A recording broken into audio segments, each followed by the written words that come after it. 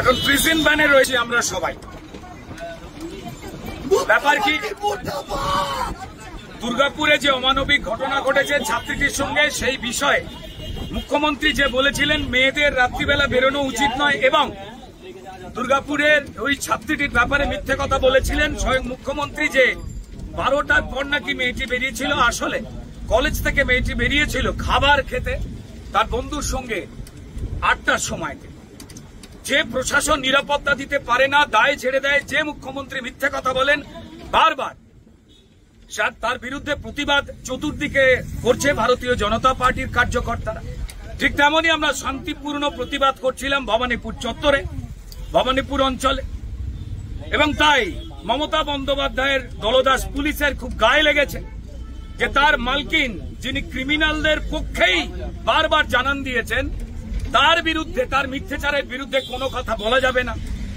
তিনি এর আগেও আর্জি করেন যে পরিকল্পিত ষড়যন্ত্রে আমাদের অভয় বা তিলোত্তমা বোন মারা গিয়েছিল, সেই সময়তেও তিনি বলেছিলেন যে মহিলাদের রাত্রিবেলা কাজে বেরোতে হবে না। নিশ্চয়ই সবার মনে আছে।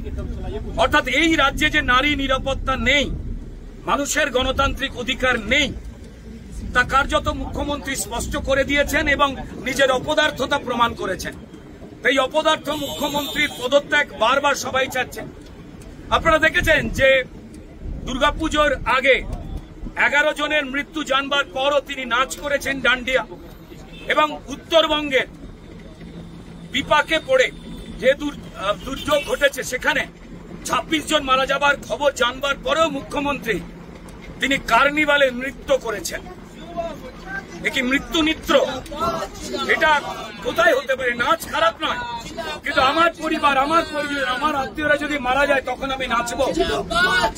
অমানবিকতার পরিচয় দিয়েছেন মুখ্যমন্ত্রী। এবং তিনি উত্তরবঙ্গে গিয়ে খুঁত মেকআপ করতে গেছেন, আর সেখানে আমাদের খগেন মুর্মু এবং শঙ্কর ঘোষ, সম্মানীয় এমপি এবং এমএলএ, আগে পৌঁছে যাওয়াতে ত্রাণের কাজ কেমন করে চলছে, কিভাবে ত্রাণ পৌঁছবে সেই বিষয়ে নজরদারি করতে গিয়েছিলেন বলে ত্রাণ চোর তৃণমূলদের টিম মমতা বন্দ্যোপাধ্যায়ের নির্দেশে এবং পুলিশের উপস্থিতিতে, আপনারা জানেন খগেন মুর্মু একজন জনজাতি উপজাতির 2 বারের এমপি, তাকে মেরে রক্তপাত ঘটিয়ে দিয়েছিল অযোধ্যারে। আর মুখ্যমন্ত্রী যিনি মার খাওয়ালেন তার দলের লোকজনদের দিয়ে, পুলিশকে নিষ্ক্রিয় করে, সেই মুখ্যমন্ত্রী 1.5 মিনিট দেখা করতে গেলেন, জুতো মেরে গুরুদান টাইপের দেখা করতে গিয়ে মিথ্যে কথা বললেন যে ওনার সুগারের প্রবলেম আছে। তো এই হেন একজন মিথ্যাচারী মুখ্যমন্ত্রী, যিনি মানুষের পক্ষে নয়, আর্তদের পক্ষে নয়, নিপীড়িতদের পক্ষে নয়, এমনকি একজন নারী হয়ে নারীদেরও পক্ষে নয়, তার বিভিন্ন রকম কথাবার্তা যেগুলো অমানবিক, অযৌক্তিক এবং সম্পূর্ণ মিথ্যাচার। মায়েদের, মেয়েদের ছোট করে যে রাত্রিবেলা বাড়ি থেকে বেরোবেন না, আমি জানি না একজন মহিলা মুখ্যমন্ত্রী হয়ে তিনি কথা কি করে বলেন। তার মানে তিনি বিফল, তিনি প্রমাণ করেছেন। যদি তাই হয় তো তাহলে পুলিশ মন্ত্রিত্ব বা মুখ্যমন্ত্রিত্ব ছেড়ে দিয়ে যেভাবে নাচে ওনার আগ্রহ প্রকাশ করেছেন, নৃত্যশিল্পে মন দিন। আমরা তার অপদার্থতা নিয়ে, তার জঙ্গল রাজ নিয়ে, ক্রিমিনালদের পোষণ করা নিয়ে, এবং যে শেখ বাবুরা, যে 3 জন শেখ বাবু ধরা পড়েছেন দুর্গাপুরে, তারপরেও আরো কিছু লোক মিসিং, তার বিরুদ্ধে যখন প্রতিবাদ জানাচ্ছি, যেটা ভারতীয় গণতন্ত্রের কাজ, বিরোধীদের কাজ, তখন আমাদের কার্যকর্তাদের মারধর করে অদ্ভুতভাবে এই প্রিজন ভ্যানে তোলা হলো। এই রাজ্যের চোর জোচ্চোরকে মমতা বন্দ্যোপাধ্যায় জেলে পড়েন না, কারণ তারা তাদের ভোট চুরিতে সাহায্য করে।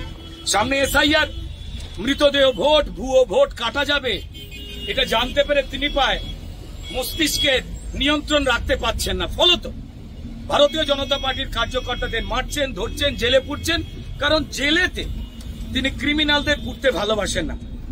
পশ্চিমবঙ্গে যারা মানুষ রয়েছেন, এই ভিডিও দেখছেন, তিনি জাতে, ধর্মে, পেশায় যাতেই বিশ্বাস করুন না কেন, আপনার মেয়ে, আমার বাড়ির মায়েরা, বোনেরা, তাদের প্রত্যেকেরই নিরাপত্তাই মমতা বন্দ্যোপাধ্যায়ের রাজত্বে শূন্য, মানুষের গণতান্ত্রিক অধিকার শূন্য।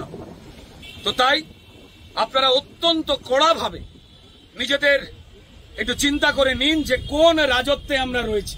প্রিজন ভ্যানে আমরা সবাই। অপরাধ কি? দুর্গাপুরে একজন ছাত্রীর এই অবস্থা হলো, বারবার যা হয়েছে কসবা কলেজে যখন ঘটনা ঘটেছিল, তৃণমূলের ছাত্র পরিষদের নেতারা এই ঘটনা ঘটিয়েছিল, তখন তৃণমূলের নেতা মদন মিত্র বলেছিলেন ঠিক মমতা বন্দ্যোপাধ্যায়ের সুরে যে মেয়েটির অত রাতে কলেজে যাওয়ার উচিত ছিল না। সব দোষ মেয়েদের, সব দোষ মানুষের। তৃণমূল যা করে চলেছে সেটাকে সমর্থন করতে হবে, না হলেই ক্রিমিনাল বাইরে, আর যে কোনো সুস্থ মানুষ তারা হয় এই প্রিজন ভ্যানে, নয় জেলে।